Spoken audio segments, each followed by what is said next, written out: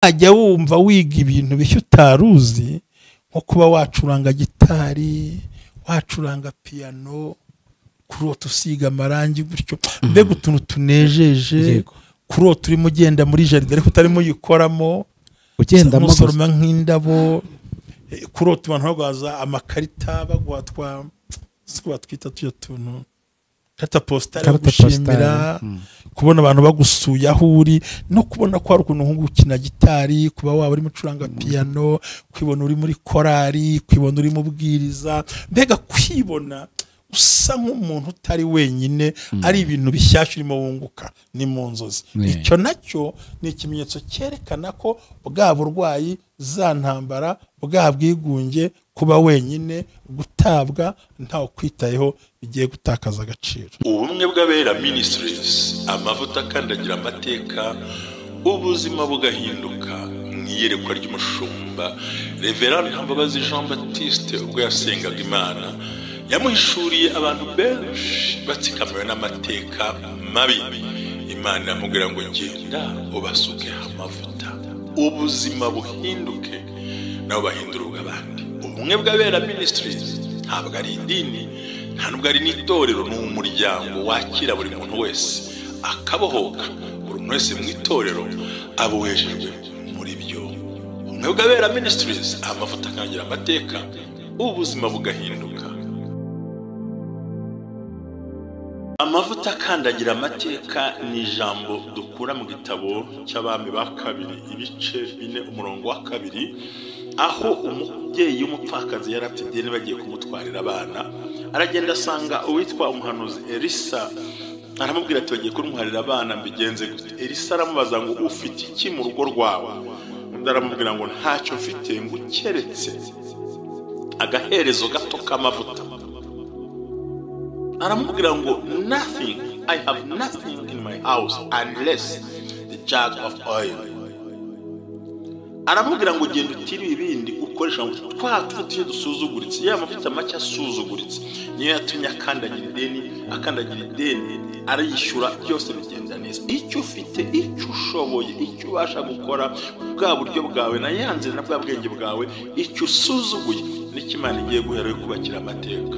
Naho rero hafi gusobanura amavuta akandagira amateka, ubwiza bwawe, ukusa, ukureshya, icyo ushoboye, icyo ukora, uko ubigenza, aho uvuka, aho ukomoka, ibyo wita bisuzuguye nibyo Imana igiye kuzakoresha kugira ngo ubashe kugera ku ntego yawe. Amen.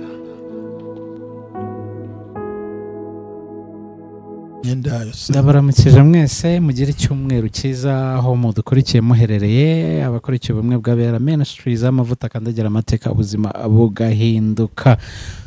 Abantu bose mwese Imana ibaho umugisha kuri iki cyumweru. Abagiye mu materaniro, batabosheje kujyayo kubera impamvu zitandukanye, namwe Imana ibishimire. Turacyashimira abantu muri rusange bagiye badufasha kwishyirira abantu ubwisungane mu kwivuza. Ababikoze, abari kubitekereza n'abazabikora, bose Imana izabashoboze, kandi ni inkunga ikomeye Imana izabibukiraho. Turabashimiye cyane rwose. Amazina yanjye ni Jerry, nkuko bisanzwe ndi kumwe na Pasiteri. Umeze neza Pasiteri? Ku cyumweru ndashima Imana, nifuriza abantu bose icyumweru cyiza. Imana ibaho umugisha. Tumye gushimira abakomeje gukora kino gikorwa, tunabwira ko bakwiye kwitegura, dusaba ko bazaba bari i Kigali, tuzababwira itariki bakabidufashamo, tugakora ibintu bigaragara mu myambaro mishyashya, mu buryo bushyashya, bakabona ko ibintu byacu byubatse mu buryo, kandi twifuza ko izina ry'Imana ryamamara. Ubumwe bw'Abera si idini, si itorero, ntibyenda kuba byo bwo nawe yisanzura. Nyaboneka ntuzate umushumba ngo nuko wambonye nanjye nafasha, ariko burya umushumba n'umushumba, ariko dukora ikora by'urukundo. Urukundo naho rugarukira, kandi uko icyo biravuze ngo icyo wifuriza ko abandi bakugirira bakibakorera nawe, kandi birabana Imana izamutabara. Turabashimiye mwese nabo utaravuga amazina. Imana yamuje nenda gushimira mu izina rya Yesu. Urakoze cyane Pastor. Imana iguha umugisha cyane. Turagarutse ni mu nzozi cyangwa n'ibimenyetso, cyangwa biraterwa. Mushumba, hari ukuntu umuntu agera mu bihe bikamukanyaraza agahanga, bikamuvuna umutima. Warashakishije ntago byaciyemo, urakijijwe, urasenga, uraririmba, ufite umurimo runaka mu itorero urawukora, ariko kitotomba. naragerageje ntago biri kuza, narakoze ntago biri kuza, narasenze ntago biri kuza. Mbese warakoresheje uburyo bwose ariko ukavunika umutima, umubiri ukaruha, ukumva uri hafi kubivamo. Mu gihe ugeze muri iyo situwasiyo mushumba bimeze gutya, ntako utagize, waragerageje, uri umunyamasengesho, uri mu kazi gatandukanye, ariko uri umukristo, urakijijwe, nta bimenyetso cyangwa inzozi zakwereka ko zikaguhumuriza ko ugiye gusohoka muri iyo situwasiyo. Urakoze cyane, Imana iguhe umugisha. Ndagerageza ni hagati ya 10 n'inzozi 7 zikwereka ko ugiye gusohoka muri ubwo buryo yenda bitaraba. Mana data wa twese uhoraho, nyiri ibyiringiro, mahoro yacu, imbaraga zacu, agakiza kacu, unyemerera akanya keza ku cyumweru bane natwe mwami. Hari abagiye batarabyuka bucya bajya kujya mwami gusenga materaniro, abantu batandukanye, turasenza ngo bahe umugisha kandi bagire neza. Umwuka wera w'Imana akora, komeza akora ibitangaza hagati muri twe mwami. Jera umufashe, nanjye umfashe, uduhe ubwenge n'icyerekezo, kandi dayimoni uduhiga tsindwe mu izina rya Yesu. Mwami udukorere ibyiza tukwifuza, Yesu Kristo mwami wacu. Amen. Jere urakoze cyane. Iyo wabaye mu bibazo bikomeye ukasenga ukagira gute ukaruha ukumva ntubyumva, twibutse abakurikiye umwe w'Abera Ministries tubabwira ngo uyu ni ntago ari itorero pesi n'idini n'umuryango, buri muntu agomba mu itorero ryo rwose yezwe muri ryo akora ibikorwa, ariko n'abamambure bashaka kudusapotinga ntitubanga, ariko cyane cyane ntabwo ari kamera turirira, si ibindi bihenze, nuko tuvuza abantu nkuko twabyiyemeje tukagera kuri igipimo cya miliyoni, ko tubasha kuvuza abantu nibura bagaragara hafi 330, n'igikorwa cyiza cyane kigaragara muri ubwo buryo. Rero turakeneye ko agerwaho, ntarahagera ngira ngo tuzajya tubyerekana, ariko ibizaba bihari bizaba ari ibyo igikorwa cyakorwa, ariko bidashobotse hari n'umwe avuga ati nanjye ndayitanze abantu bakavurwa, n'ibintu byoroshye. Rega buriya si ikintu gikomeye pfa kuba byumvisemo, kandi ubwinshi bw'ibikorwa nibwo bwinshi bw'ibitangaza. So rero iyo umaze igihe mu mibabaro, nta bukwe, nta buzima, nta urwaragurika, kandi wasenga ukategeza ukabaho nta buryo ubona uca mu cyerekezo na kimwe, twibutsa abantu ko inzozi ari imvugo y'Imana yihariye. Twibutsa abantu ko inzozi wazisuzugura utazisuzugura, mbona utazipinga batazemera, ariko yabigaragaje muri Yobu ngo nzabavugisha nijoro bashyizwe basinziriye, sinzavuga rimwe n'ikije nubwo batabyitaho, ni mu nzozi. Na Yesu yamubwiriye mu nzozi, Yosefu yamubwiriye mu nzozi, abantu bose banganiza Imana yakoranaga. Ni ubutumwa buhishe bugenewe nyirabwo. So rero inzozi ya mbere y'umugisha ko ugiye gusohoka mu kibazo, yego, ni ukurota uterura igikapu gishya cyangwa umuzigo mushya, ariko ukabona bitandukanye muri mu nshuti zawe, guterura nka bagage yawe nshyashya cyangwa atari kado. Muravuga ati dore icyo nguhaye, ukabona ubonye muri wowe ni new luggage, cyangwa se navuga ngo uburyo ki uruzi uteruye cya gikapu gishyashya utari ufite, ariko ni mu nzozi. Menya neza ko uri hafi gusohoka mu kibazo. Yego. Ikindi, kumva mu nzozi uvuga ururimi utari ushoboye kuvuga, nk'igifaransa utakizi, mu nzozi ukaba uri kukivuga, Cyongereza utanakizi, utazi Igiswahili, ariko ukumva ufite communication n'inshuti zawe muganira muri urwo rurimi kandi nta ruguzi. Tuvuga ngo ni new door, ni inzugi nshyashya zikingutse ku buzima bwawe. Ya mbere no guterura ya mizigo mishyashya, igikapu n'ibindi. Kabiri no kumva nk'urugero nk'uko utaziringara, ukabona wicaye muri arivuga mu nzozi, urimo uravuga Igifaransa gifite amax, gifite ukuntu ufite 13 ukavuga neza, amax afite Icyongereza, ariko by'ukuri mu buzima busanzwe urwo rurimi ntarwo rugize gute, wari usanzwe uzi. Menya ngo ninjiye mu gihe cyiza. Kurota wumva amajwi y'inyoni aririmba, amajwi y'inyoni aririmba, inyoni ziririmba, kumva ziraririmba kandi ari mu nzozi, menya ngo ikirere cyawe kirafungutse, ugiye kwinjira mu migisha nk'uko Imana yavuganye nawe. Rero ibyo ni ikintu gikomeye, kumva uvuga ururimi urabyumva, ariko ntabwo urarota uvuga nk'ururimi runaka uganira n'abantu ugasanga uravuga nk'Igitaliyani cyangwa sindabirota, narose nsengera abantu gusa mu rurimi rw'undi. mu kinyarwanda ibyo ni ukuzamurwa mu ntera. hari undi urota avuga ururimi rushya n'inshuti. icya gatatu ni ukurota ngo ubona utangiye urugendo rwiza rwawe rukunejeje, wishimiye ugapakinga wishimye, ugapakinga igikapu cyawe ukumva uranezerewe, ukumva utangiye umunsi wawe neza, ukumva ufite feelings wishimye, ukumva ni igikapu hambiriye uri mu rugendo ariko ntabwo urimo ugenda ariko ni mu nzozi, ukishimira gufunga ivarisi imodoka tugende, ukabona nyine uri muri preparation yo kubaho usanga uri mu buriri. ni ikimenyetso cyerekana ko nukuri ugiye gusohoka muri iki kintu cyarakugoye. ushaka wasenga Imana ushima uti mwami igihe kirageze kugira ngo ntambuke. Ndi kubyumva ariko ndi kubyumva cyane. kurota ukora urugendo wishimiraga, kubona se batembereye ku mazi, kubona ufunga igikapu ugiye gusohoka, wasohokeye mu karesitora keza abantu muganira, urugendo abantu bajya bishimira. Reka mbabwire wenda kugira ngo babyumve nka kwa kundi uba wishimiye ikintu bajya bita picnic, abantu barabizi cyane no gusorti. Turagiye rwose. Nk'ubara umuntu wambwiye ati ubwo umaze gukiruka shakisha uzagirira vacances muri Misiri akaruhuko rwose. Nk'ubwo yarabimbwiye numva ndanezerewe, numva natekereza ngo nzakora gute, sasa nkoze ibiganiro ko giye nkumva sinzajya kure. Yambwiye ngo ushaka hano mu gihugu cya kure ariko ngenda kitagombera amaviza n'ibiki byose, ariko nkumva muri nge nzamusaba ko naruhukira nko ku Kibuye muri bwa bwato nkabugendamo nkaburuhukamo nkumva ndaruhutse. se n'ugenda ubushaka. Ikindi cyerekana ko ugiye gusohoka muri situation mbi, ugiye gusohoka mu bintu biwari urimo, n'ukuntu uzajya wumva wiga ibintu bishya utaruzi, nko kuba wacuranga gitari, wacuranga piano, kurota usiga amarangi gutyo, mbega utuntu tunejeje.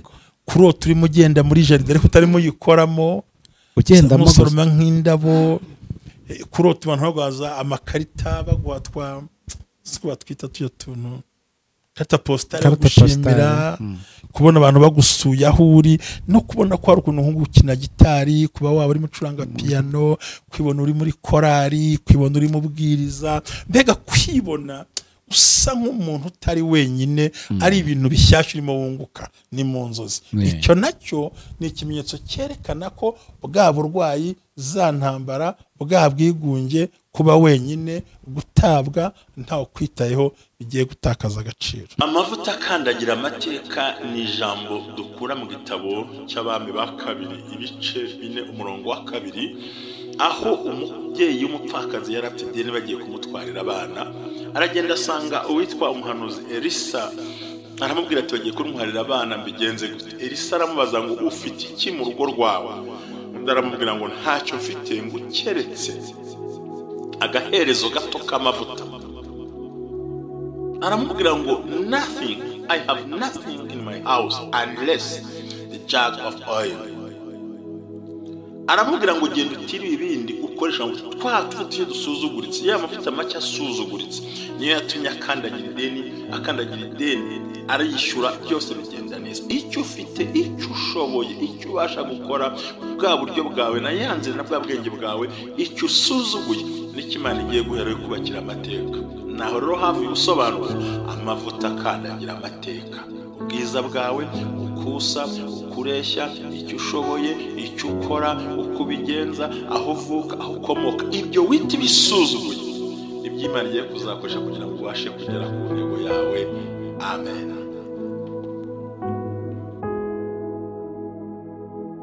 Good sign. Ikimenyetso cyiza cyane rwose.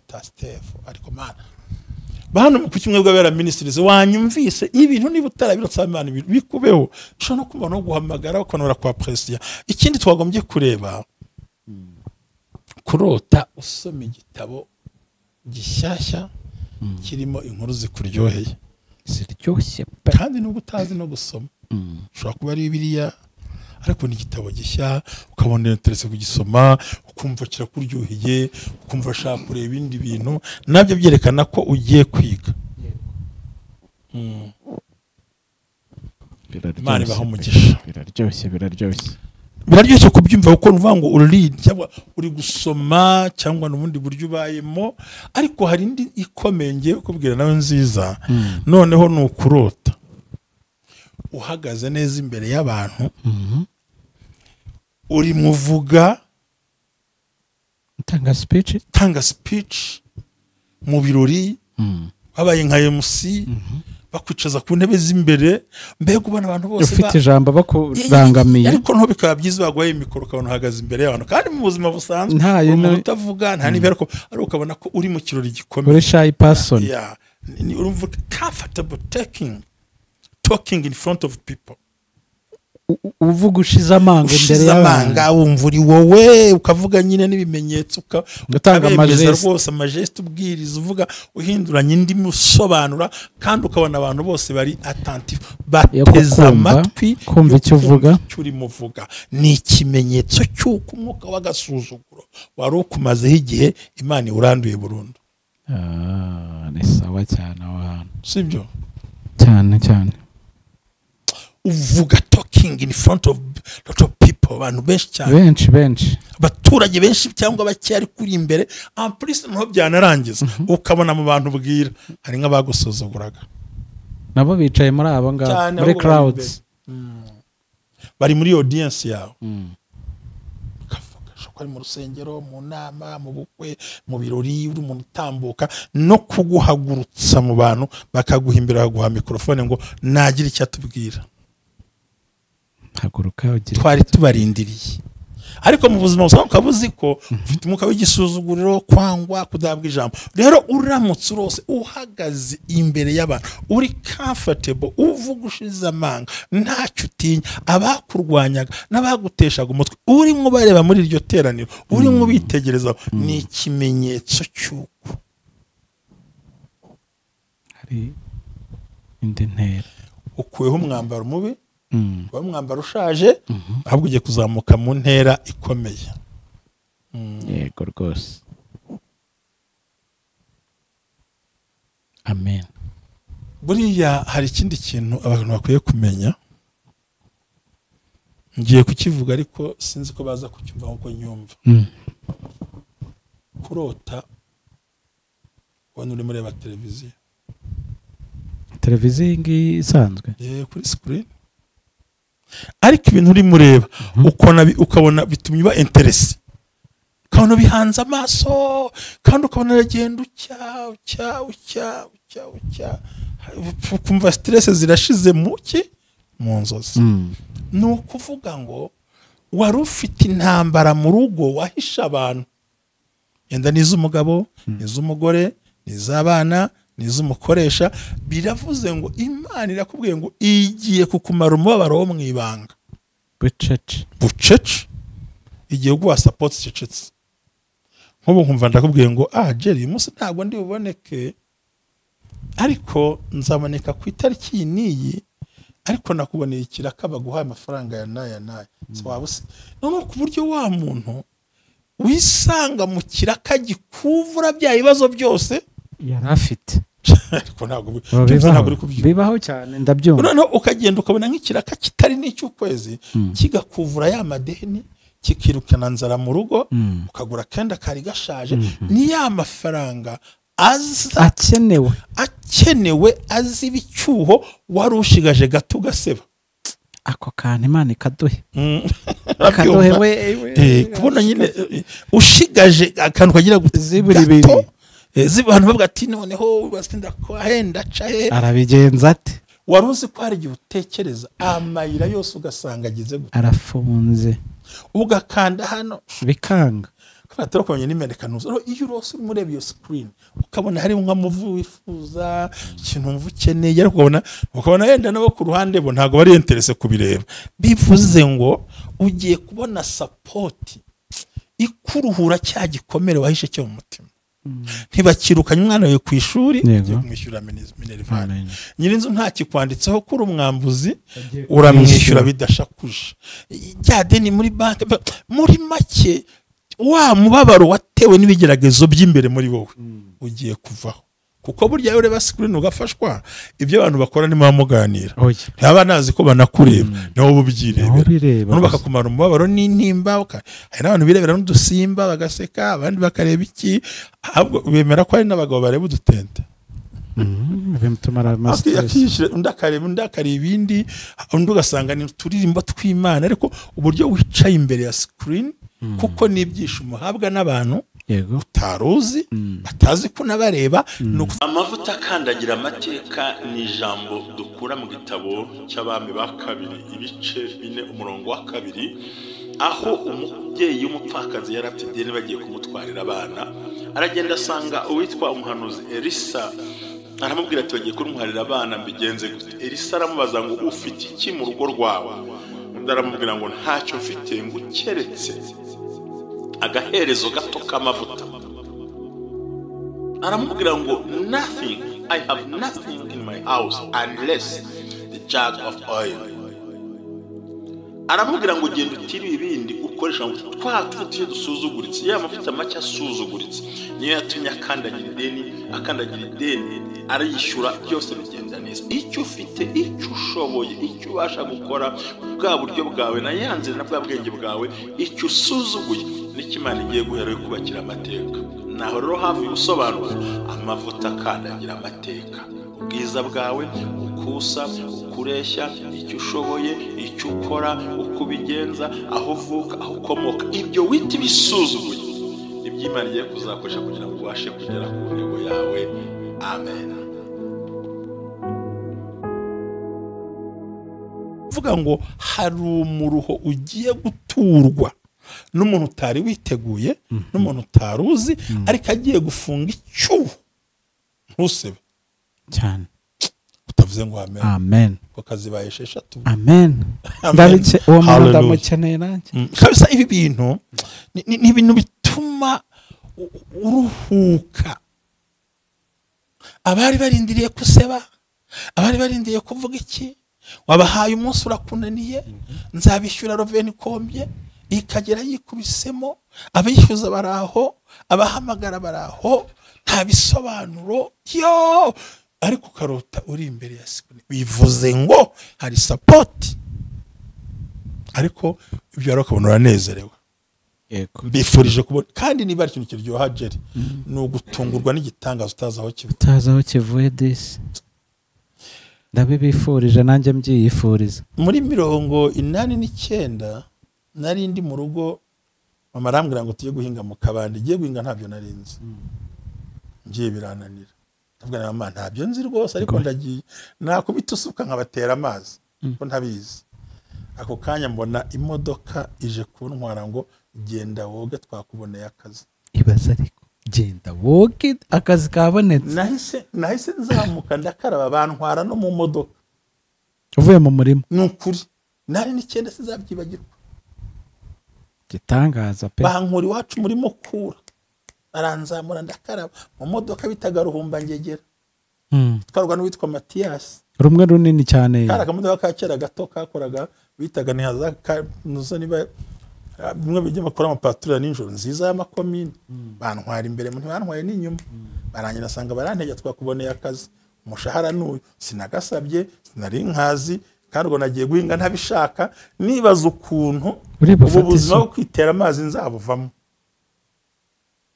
ntabwo nari mbizi ko barenze imigende areka ntabyo wabasha nagiye yo kurenza imigende ntabwo renze ibyo nabambwira ngo jya hano nkabana barakubita isuka amazi nta kibazo ngiye nakubita bigataruka bakanukagura ntabyo narinzi kandi nkavuga Imana ko guhinga ibintu nzabigenza gute ako kanya imodoka iraza bagati ngo ntambaye turamushaka barashaki ati vuba woga hari umuyobozi gukeneye hari akazi gashyashya nagatangiye saa 8 bahita amafaranga ya kera ntabwo ari menshi bamaye 10,000 bya kera mana yaje 10,000 rero amafaranga menshi naguze imyenda y'iminsi myinshi nta mwenda warenzaga 1,500 Mweto zara amafaranga make tukugiye gukora n'abazungu ugenda wambare gutya urumva no mundi kujya guhinga nari nambe byo mbonye ariko ati ukwiye guhindura ndagenda ndabigura icyo gihe batugushaga ya mikasi tondeze yo ku mutwe ateraza amashini ya kimyozi ibagira gutya njyayo barantunganya ndabikora ndahandaje ntangira akazi gutyo shuti yanjye mvuye ku muhini wisuka nari nazirose rero igitangaza inzozi nari nazirose narutaga ndi imbere y'abantu ndimo mvuga urufaransa ntanazi neza nduvuga abantu ubona ko mu mashyi nkabona abantu navuga ubona ko mu mashyi nzamutse ku itapi itukura red carpet nyirose ndyamye kuri matera itagira amashuka nayishaje mu rugo twaboraye turabyukira guhinga mu kabande kandi guhinga simbizi narayenga imakana mariko ko nazi guhinga bigira gute aturafata isuka nayo gukwikiriye ibaze kugira ngo uve ku muhini wisuka saa 4 saa 8 uburi wicaye mu kazi winjire mu kazi ndabwira ntariko ibyo muntu umiriye ntago nzi kubikora ati ntacyo barabazungu bavuye mu Bubiligi tuzakorana nabo biroroshye nguko nabonye akazi mvuye ku muhini w'isuka rega gengira ubuhamya bw'ibitabo nari naraye ndose inzozi mfite mikoro mvuga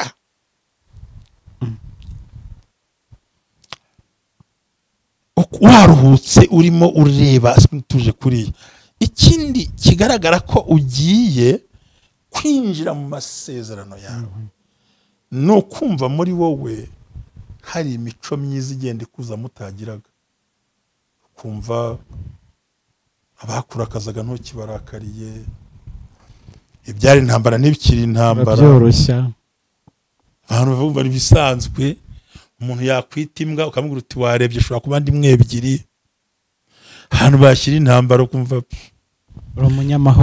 umunyamahoro kumva nta negunda ikindi no kumva uhazwa n'ibintu byose waba sinzi ko nabona gusobanurira nuvuga ngo ibyo wagiraga intambara ukabyoroshya kumva nta mahoro mu nzozi nko kuba wagenda kuba wavuga kwibona wiyambariye imyenda sinzi ko bayita amatraining n'utundi tuntu mu nzozi ukabona ugendera nk'ahantu muri parike ugenda mu muhanda kumva aho uri mu tuntu mbega ukabona ko usa nk'umuntu uri bize ariko uri bize biguha iki amahoro udafite wa mutima wo kumva mu nzozi ibyo wagiraga intambara ukaremereza ukumva muri ntibigize gute ntibigufasha bikiremereye ikindi kintu kigaragaza ko ugiye kuva hagati y'ibibazo n'impaka ni uburyo urota ukajya ubona igisubizo cya buri kintu hari umuntu urota abona igisubizo cya buri kintu kandi bwacya mu gitondo akaba ariko bigenda wanabikora bikaba ibyo nyine bitanye sibyo ikindi ni ukurota ukora ikintu wishimiraga mu buzima burya umuntu agira ikintu yishimira hari uwishimira kwiga gusoma ibitabo kubona mu nzozi urimo ukora ikintu wishimira ukunda kikubamo umva kitakuvamo dreaming doing your hobby ibyo bintu niba ukunda piscine nubwo utazi koga ukabona uri gutera amazi imbere woga kandi utanabizi hakaba undi wishimira gukina football kandi nk'ubu nkanjye sinzi gukina umupira ndabitinye ugasanga ndi muri foot ndimo ndakina ndimo ndanaga amaboko byakomeye ukavuga ngo icyo wiyumvagamo icyo washakaga icyo wakeneraga warangiza ukumva nicyo urimo ukora mu nzozi kandi byari ibyishimo byawe kandi ukumva uranezerewe mu nzozi ukabyo ufite ibyishimo biravuze ngo ya makuba za ndwara za ntambara yamarira kagahinda ugiye kwimara kuko warose ukora ibyo utarigize gute utashoboraga ari kugira gute ukunda utwaye imodoka ntunapera imugira ntuyizi ukabona barya akaboko ari ku ruhande urimo uratwara urangaje vitesse ntuzi nuko baje ngo batsa gute ukibona uri muri bya bindi ukunda urimo urabipratika mu nzozi biravuze ngo icyakunaniye cyose ugiye kugishobora udacitse intege udacogoye nta n'umuntu uguhagaze imbere ngo ntugikore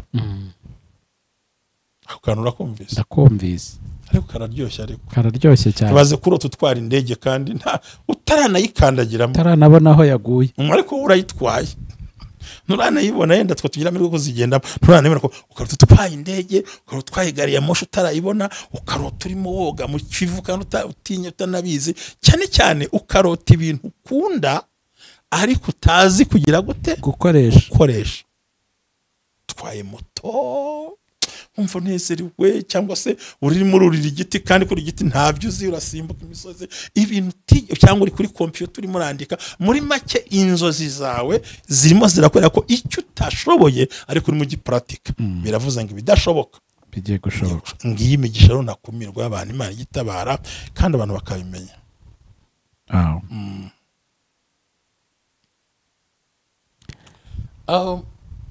Ikindi ni ukurota uri mu nzu nini nziza. Inzu nini nziza ariko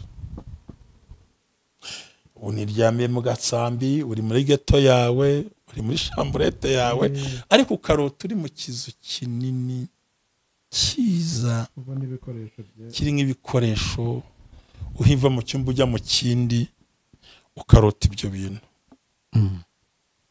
Menya ngo umugisha wawe winjiye moto, turi ku cyumweru. Yego. Umuntu wabirose akarota abona atembera ku mazi, atembera mu ishyamba, ari muri iyo nzu nini, ni ikimenyetso cy'uko ugiye gusohoka mu gahinda kawe ukaruhuka. Erega inzu nini ifite ibanga. Mwese inzu ntoya hari ujya kuryama ugasanga n'amasafuriya muri hejuru, ariko nta naho kwaguka.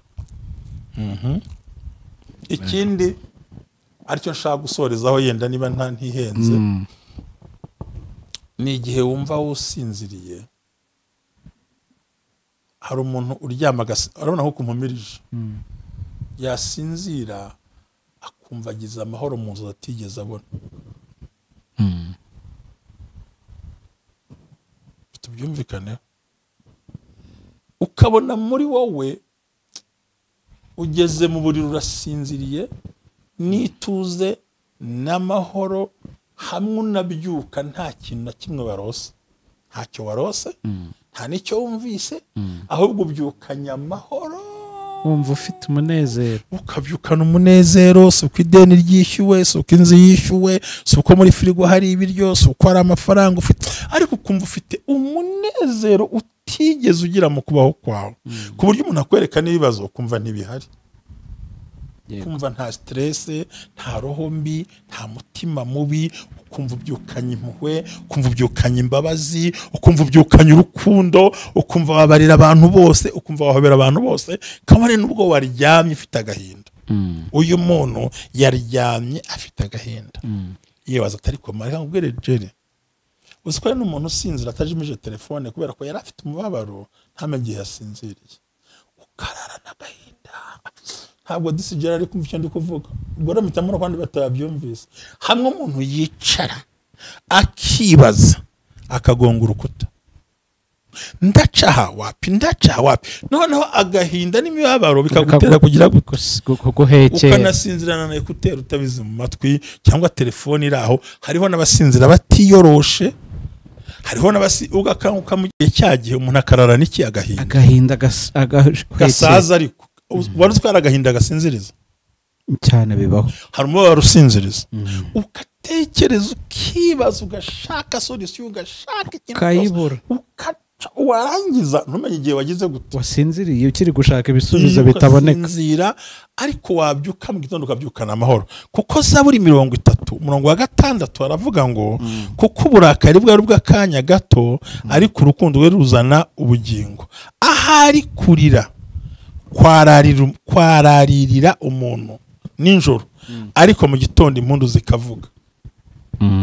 Ijambo waryumvise, kurira kwararira umuntu akararira agasinze, ko mu gitondo impundu zikavuga, ukabyukana umunezero, ukabyukana ibyishimo, nta mitwaro, wararanya agahinda, ukabyuka ukumva urakeye, ugakaraba, ugasa neza. Menya ngo ni ikimenyetso cy'uko Imana iguha umubabaro. Ngiyi imigisha rero dushaka gusobanura n'ibintu ashobora kurota bikwereka ko ugiye gusohoka hehe mu bigeragezo n'ibibazo byari bikuremera, urimo tukwifurije rero kubisohokamo neza. Imana iguha umugisha, ugubwe neza. Turabakunda ku Mwego Abera Ministries, ndabakunda, ndabubaha, ndabasengera, muri abambere, muri abanyembaraga. Dukomeze dukorwa by'urukundo. Bye bye, shalom.